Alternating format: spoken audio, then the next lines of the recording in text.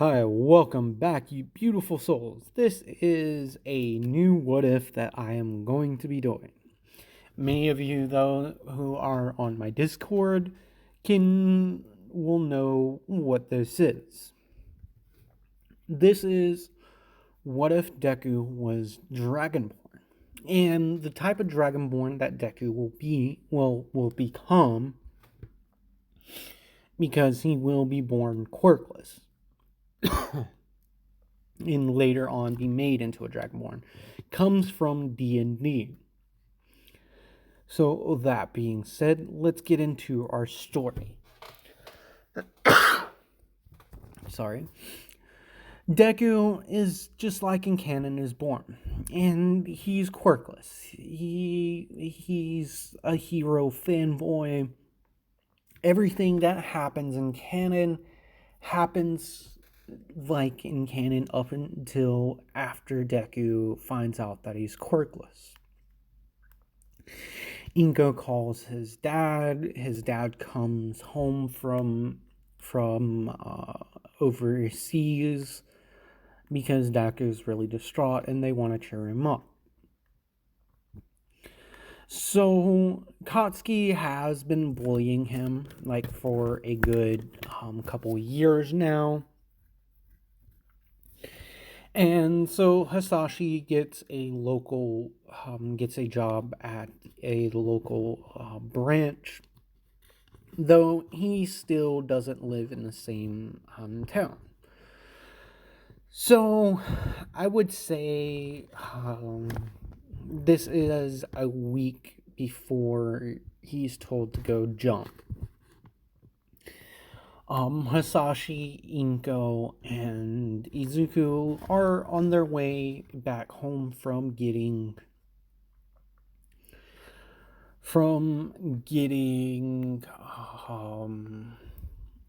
like they went out to eat.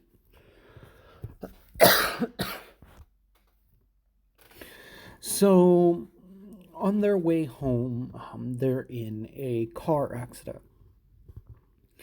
And Deku is, he's going to be missing for like a week from school. And so, sorry, Izuku, but like when he comes to, it's explained that to him that his parents had died in the car wreck, and Izuku's upset. He just lost the only two people in the world that treated him normally, like that him being quirkless didn't matter. So he's hurt. And they said that he can take time off from school, but he decides to go to school anyway because he might as well do it. It's because his parents are gone and there's no point in really moping around and everything because he still wants to help people out. But on his day back, he gets really laid into by everyone, and this upsets him even more. And then Katsuki tells him, like, there is one way that you can become a hero, Deku. You can go take a nosedive off to school, and maybe in your next life you'll be born with a quirk.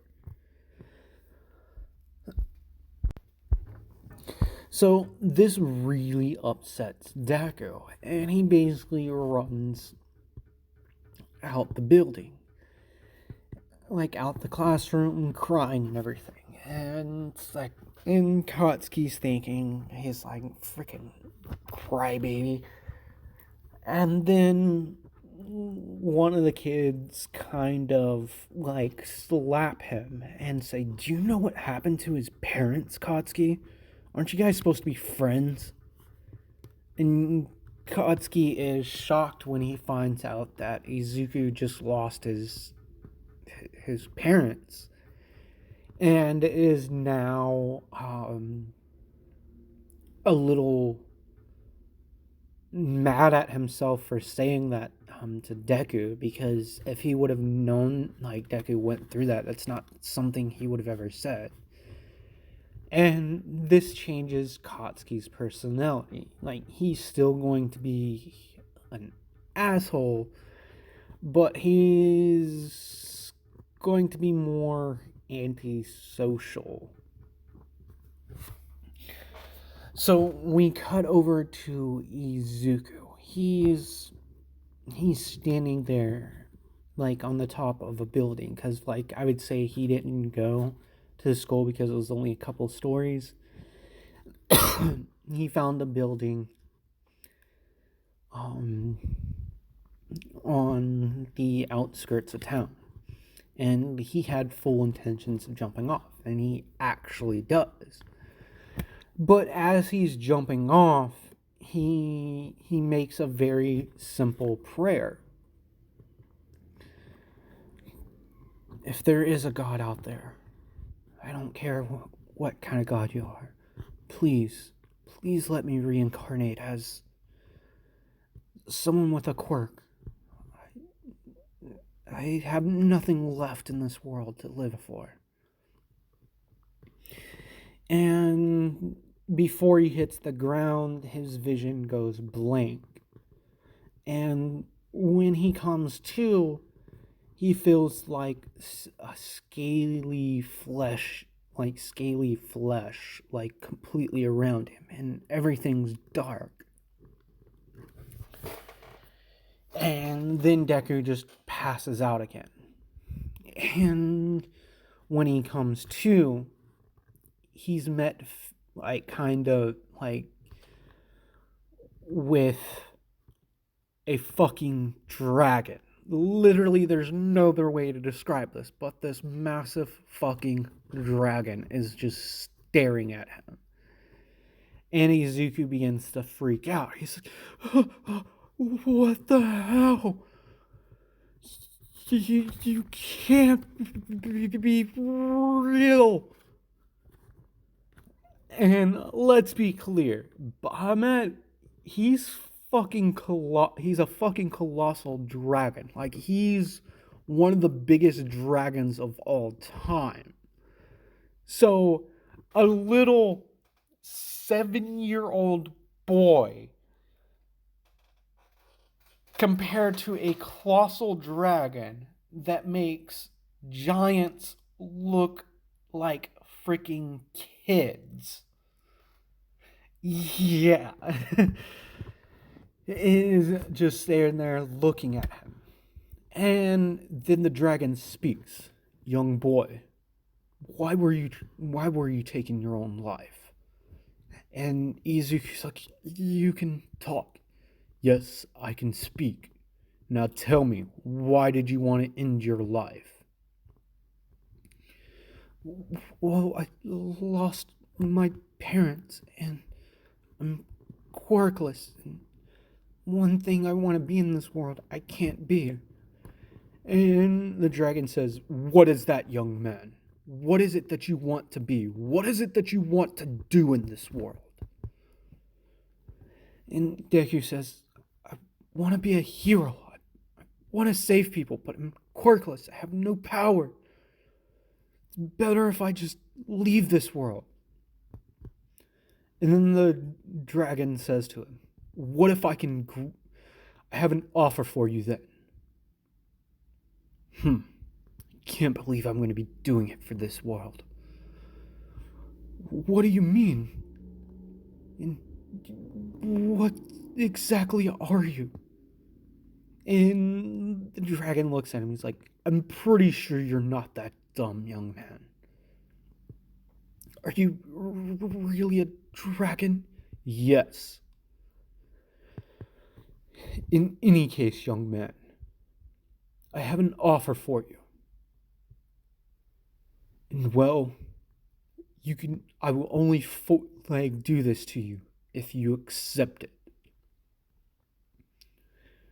I'm offering you a change. I'm offering to change you into my champion of this world. You'll no longer be human. You'll be, What's a good word in your language? Oh, common is such a weird language. Dragonborn is what I believe would be the best description of what you would be. And little 7-year-old Izuku is just staring at this thing. Would I be able to be a hero if I became this? And Bahamut says, yes. By my name, Bahamut, you will be you'll become my champion of this world.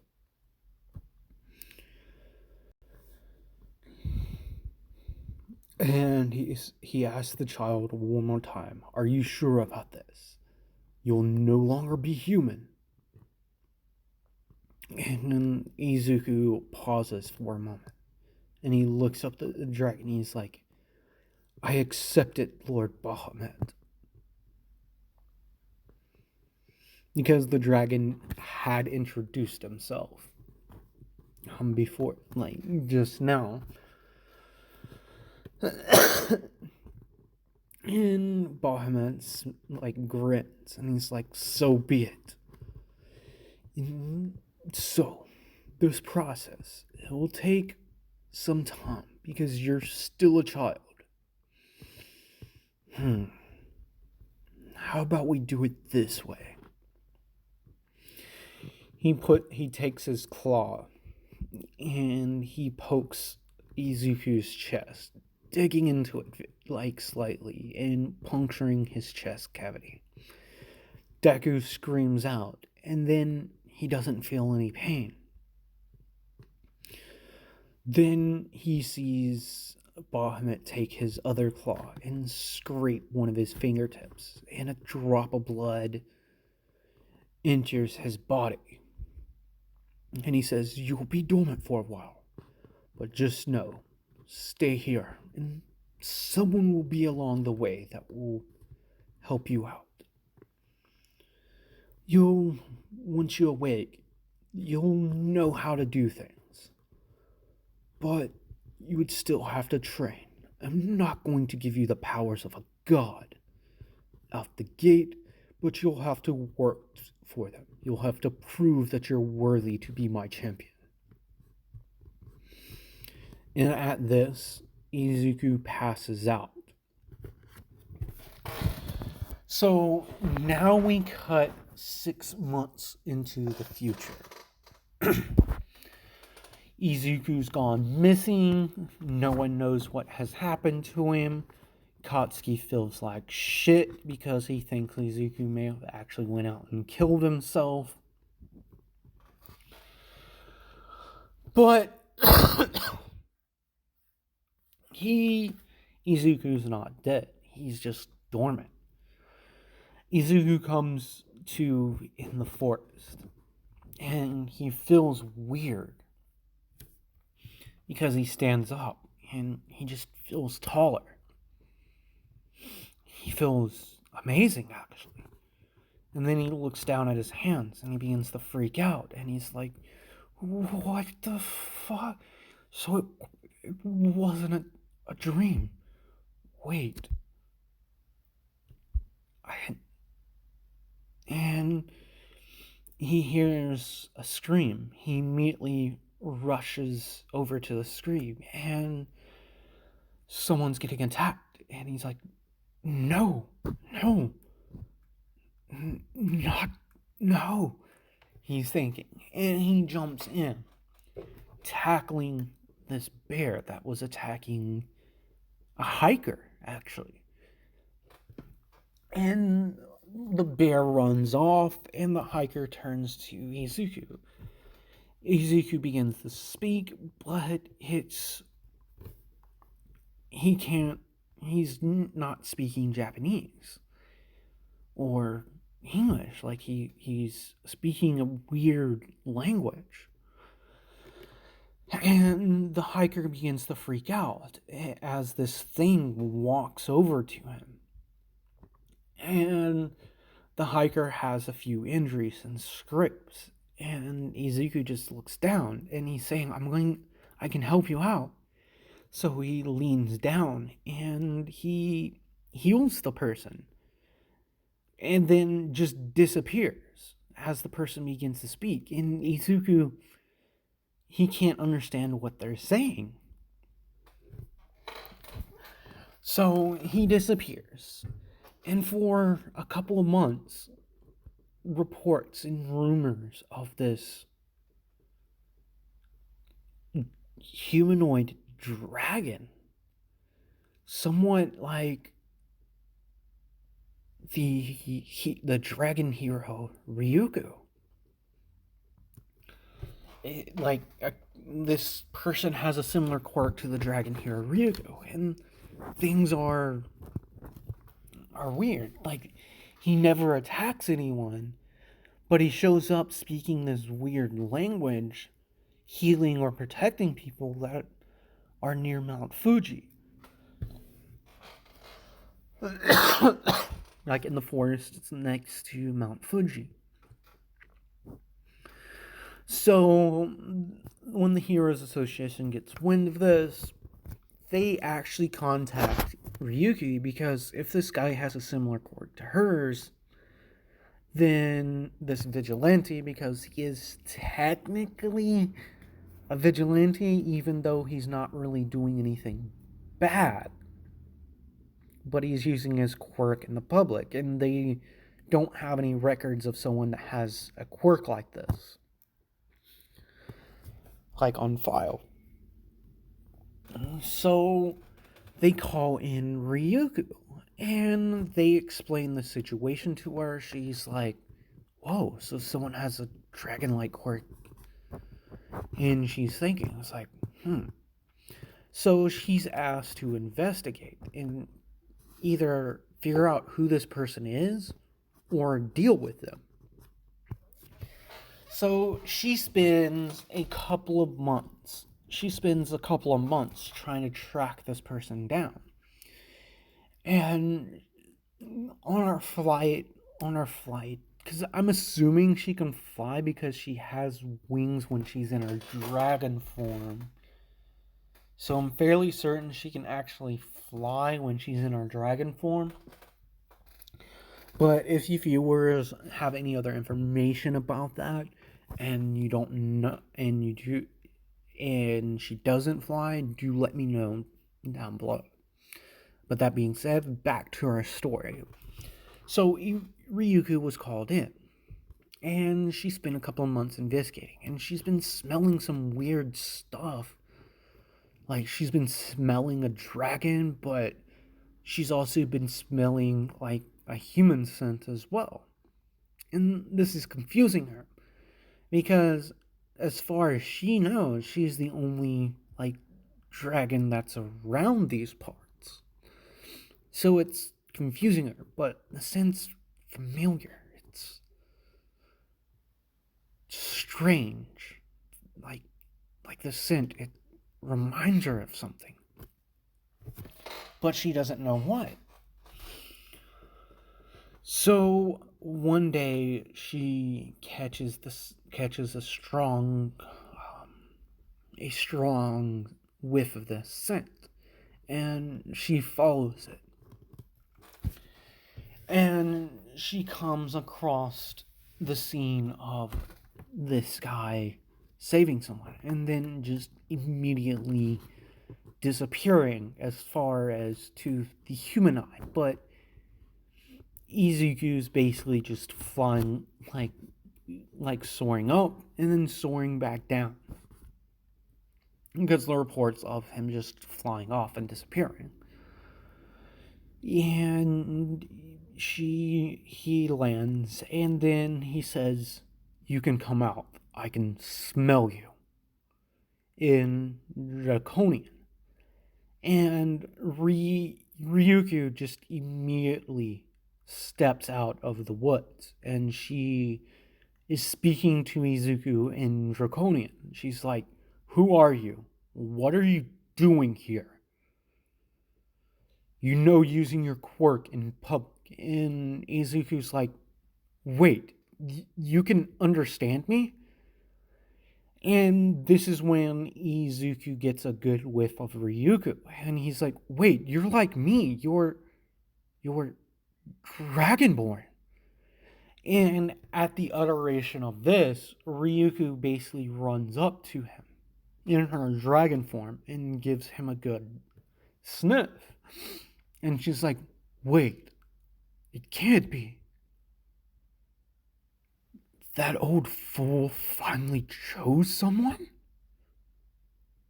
And Izuku looks puzzled by this. And she's like, what's your name? Izuku Midoriya. Age 8? And Ryuko, realizing that this is a child, this isn't an adult, this is a child. And she's like, what the hell was he thinking? Making a child a Dragonborn? That usually doesn't happen until they're at least 16.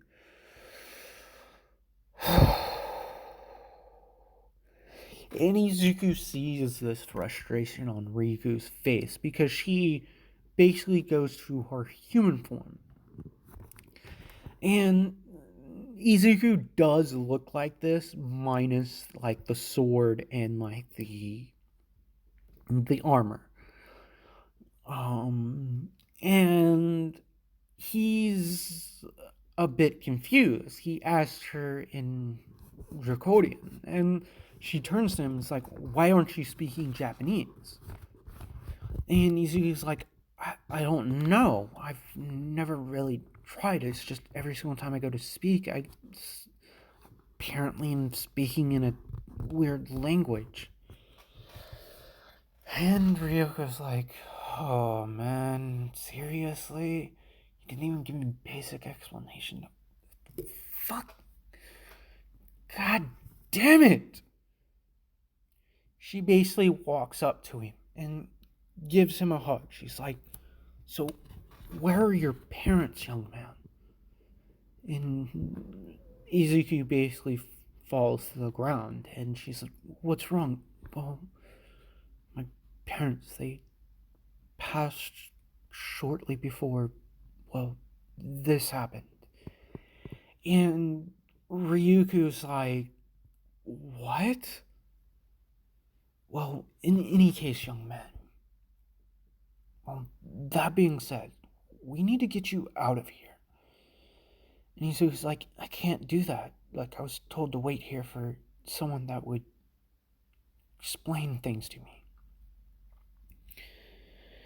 And this is when Ryuko basically does a half transformation and tells Izuku, it's like, well, I guess the old man was speaking about me. And Izuku's like, what, you know Lord Bahamut? And at this is when Ryuko just flips the fuck out. She's like, what? Lord Bahamut is your patronage? I thought it was the other. And Ryuko is just flabbergasted at this. So, stop here so I can explain some things. Ryuko has been passing on her dragon blood's abilities and heritage as a quirk, because people in our family are known to have like dragon-like quirks or stuff similar to it. So, and well, she knows about the three dragon gods, and like dragons do exist. It's just they haven't really interacted with the mortal realm in thousands of years, but they do exist. So, and Ryuko, I'm changing her age a little bit.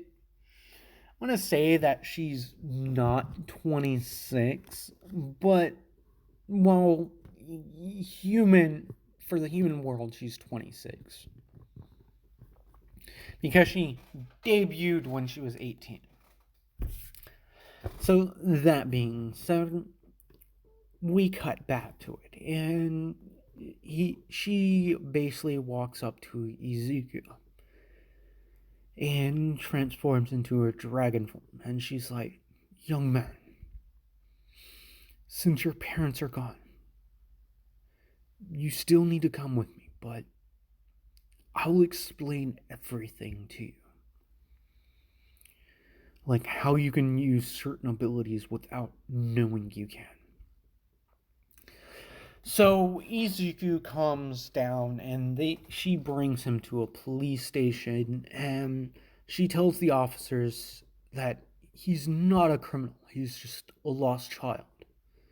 And the name he gives me, can you guys run it? But, and she turns to Izuku, she's like, "I'm sorry to ask, but you're going to have to stay in a cell until they can confirm the information you gave me."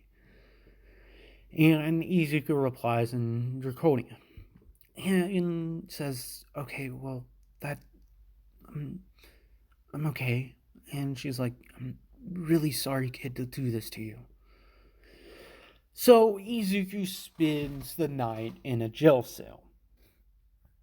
And they run his name, and they're not getting anything back. And so they send it to a national level, and they say this could take a couple of days. And in this time, Ryuko has, like, in these next couple of days, because I would say Izuku would spend a week doing this, like, in this holding cell. And once so within this week, Ryuko, like, does speak with Izuku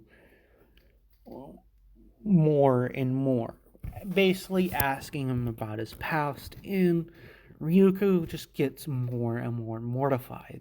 He tells her that he's been bullied basically his whole life since it's found out that he was quirkless. And then a few years after that, his parents died, and that's where they're at now. And she's surprised that he's saddened talking about his parents, but he's genuinely a good person. And when the national survey, like the national running, like, background check comes back, the information that they give him is confirmed, and they do ask for a blood sample, and Ryuko explains to them that, well, if his quirk manifested at a late age, and if he has a similar quirk to mine, his genetics would be altered, and they would come back as negative as the thing. And then this is when, and she was speaking in Japanese, and this is when Izuku speaks Japanese to them, and he's like, "What about," as he looks down to his hands, he's like, "What about fingerprints? Because I do have fingerprints."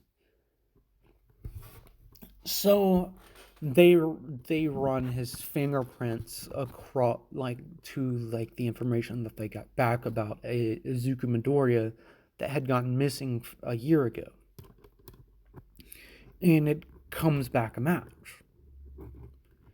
Well, close enough to where with the information that Ryuko said, because she knows what's going on, and she doesn't know a good way to explain the changes that he has if they run his blood work.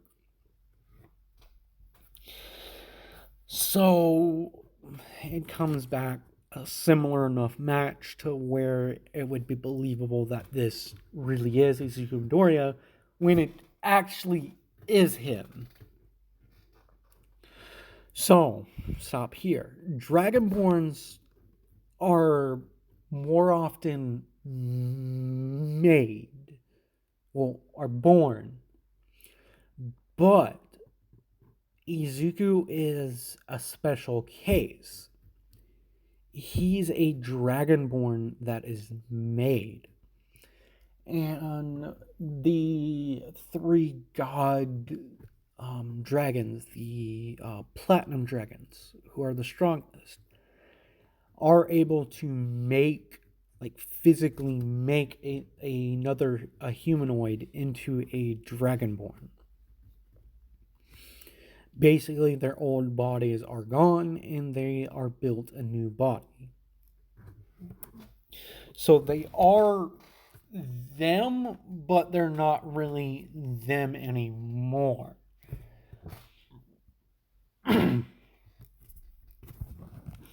So, back to our story.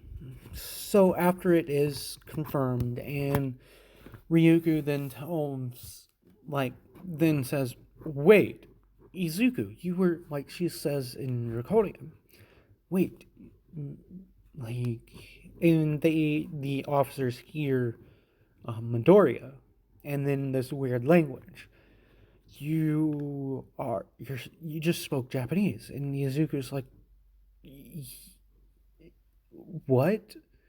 And then Izuku like begins to speak Japanese again, and then he speaks Draconian, and he's like, what is this? And Ryuko says in Draconian, well, it seems like your body's beginning to fully adapt to being Dragonborn, and you're recalling more and more of who you were before, which is a good thing, actually.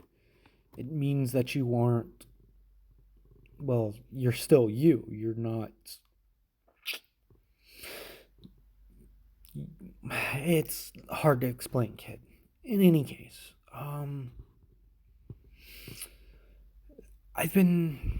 she basically walks, like, tells him that you're coming with me. There's a place we need to go. So she takes him to pretty much like a big city, to like where her hero agency is, to the courthouse. And Izuku asks her, what are they doing here? It's like, well, you were classified as missing, and we need to see if we basically need to, well, like telling him in Draconian, we need to register your abilities as your quirk, otherwise it can cause some issues. And Izuku understands, and so she asks him more in depth. So what are your abilities? What kind of abilities do you have? And Izuku says, well, I can fly because of these, but I can also do this. And he basically puts his wings away, and they fold up, and as they fold up, they basically turn in and look like his regular back. Well, a scaled back. And she asks him, like, so is there any way that you can take a human form? And Izuku's like, not sure. Let me try. You just think of what you want to look like, right? And Izuku does try, and he's unsuccessful. And he's like, okay, well, I'll try to figure that out. But I also can heal, and for some reason I want to fight. I want to have a good fight with someone. And Ryuko begins to laugh. She's like, ha, you really are one of us now. And then Izuku says in Draconian, what do you mean one of us? And Ryuko says, well, you're not the only Dragonborn. Well, I'm proof of that anyway. And I do know there are others out there. Well, hell, pretty much my entire family are Dragonborn, basically. But I'm more dragon-like than my family. They're more human-like. But, and Izuku then asked her, it's like, but what are we doing at the courthouse? Couldn't we just do this online or something? And this is when Ryuko turns to Izuku, and she's like, kid, you have no one, and you'll be in an orphanage. But there is another thing. Would you like... One moment while I look this up because I didn't write it down. Yep, that's what I thought the last name was. Well, this is Ryuko speaking. She's like, well, kid, since you'll be sent to an orphanage, I had another thought. Since you're like me, well, you're not like me, but I'm probably one of the only few people in the world that would be able to help you and understand what exactly is going on with you. Reason why we're here at the courthouse. And Ryuko kind of looks down, and Izuku walks over to her and puts his hand on her shoulder and says, what is it? And she's like, I don't mean to be offensive, but I would like you to come live with me, only if you want to. And Izuku, whose intelligence has been boosted a little bit, begins, connects the dots together, and he's, wait, you want to adopt me? And Ryuko, kind of, a tear drops from her face, and she's like, yes, I do. You see, I can't have children, and I feel somewhat responsible for you. And Izuku, gives her a hug, and he's like, I would like that. You're the first person since my parents to treat me normal, even now that I'm like this. You don't treat me as though I'm different. Because this is almost a full year after Izuku. So about past 6 months, people have been screaming and running away from him, or call him a freak, and he still has healed them. And he's beginning to remember all these, what people have said, now that he's beginning to remember Japanese. And he tells her in Japanese, it's like, I would like to be part of your family. And Ryuko basically grabs him and hugs him again. And Ryuko basically walks through with this guy, and the people are looking at this, and they're like, it's the 9th hero, Ryuko, and is this your boyfriend? And the lady, and Ryuko's like, no, I'm actually here to file adoption papers for this young man. And the lady, looks at the guy standing there, and Ryuko's like, he's 8 years old. I don't know if you heard, but they're about the Dragon Mountain of Fuji Mountain. Well, this is him, and it turns out that he's a late bloomer, and when his quirk activated, he got really lost and didn't know what to do, and he lost his birth parents shortly before that. And this is when Izuku begins to cough. And he's coughing, and Ryuko's like, "What's going on, Izuku? What's going on, young Midoriya?" And he's like, "I don't know, I feel weird." And he's in, like, he says this in Draconian. And then he somewhat changes, like, his wings disappear, and so does his tail. And his face he gets shorter, and his face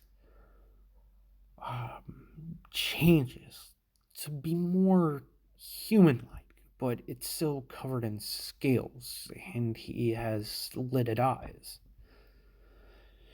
And he basically falls to his knees, and he's helped up, and Ryuko's like, "What did you do?" And Izuku says in Draconian, he's like, "Well, I was trying to do that, and I guess this is what my human form would look like."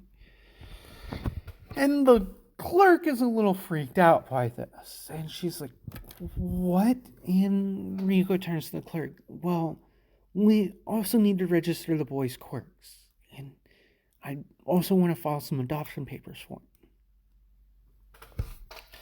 So they get all the paperwork out, and she gets it filled out, and they tell her that, well, he's not officially adopted. There's still a bunch of paperwork and court hearings and stuff we have to go through, and it will be a battle since, well, he did kind of break the law, but I don't think they would hold it against a child who recently activated their quirk would. And Ryuko says, "Well, I was thinking that, but in any case, the boy, he can heal, and he has a he can transform apparently like I can." And they ask us, like, "Is he really like an orphan, or is he your secret child?" And Riko's like, "No, we're not related, but he has a similar quirk to mine." And this is when Izuku pipes up, like, kind of giddy a little bit. He's like, "I can also heal people, and, well, I can breathe something." And Ryuko's surprised. She's like, "What do you mean?" And she basically, I'm going to say Ryuko, being a freaking dragon, can actually do this. She breathes fire, and Izuku's like, "It's not that." And, "Well, it's like that, Miss Ryuko." And she's like, "Okay, show us. Just don't do a full-on blast." And Izuku breathes out, and frost kind of comes out of his mouth. And Ryuko's a little perplexed, and she's like, "Huh, you really are." She's thinking, like, "Huh, you really are a Dragonborn of Bahamut. Because if you were one of the other ones, your breath attack would be different." So they register him having frost breath and healing on top of his transformation, and it's classified as a mutation quirk because he can't get rid of the scales, like, they're just permanent. So his skin is kind of scaly, but when he goes into full-on Dragonborn mode, he has, like, he gets to, like, 6.5 foot tall. His neck's a little elongated. He basically looks like a humanoid dragon. Like, Ryuko looks like a dragon. I would say Izuku looks more humanoid, but more dragonistic, because his scales do change color to a, well, silverish looking color, like platinum. So they spend a few months going to court after court after court, and eventually they have a final hearing, adoption hearing. And the judge turns to Ryuko, and he's like, Are you sure you're going to be able to keep this child safe? Your line of work, your profession, does draw attention. And Izuku kind of yells out and is like, I don't care if I'd be in danger. I want to stay with Miss Ryuko. And Ryuko says, it doesn't matter what my enemies say. If it comes down to it, I will keep the boy safe no matter what. And he wants to be a hero. And grudgingly says he wants to be a hero like, well, that buffoon with the blonde hair, All Might.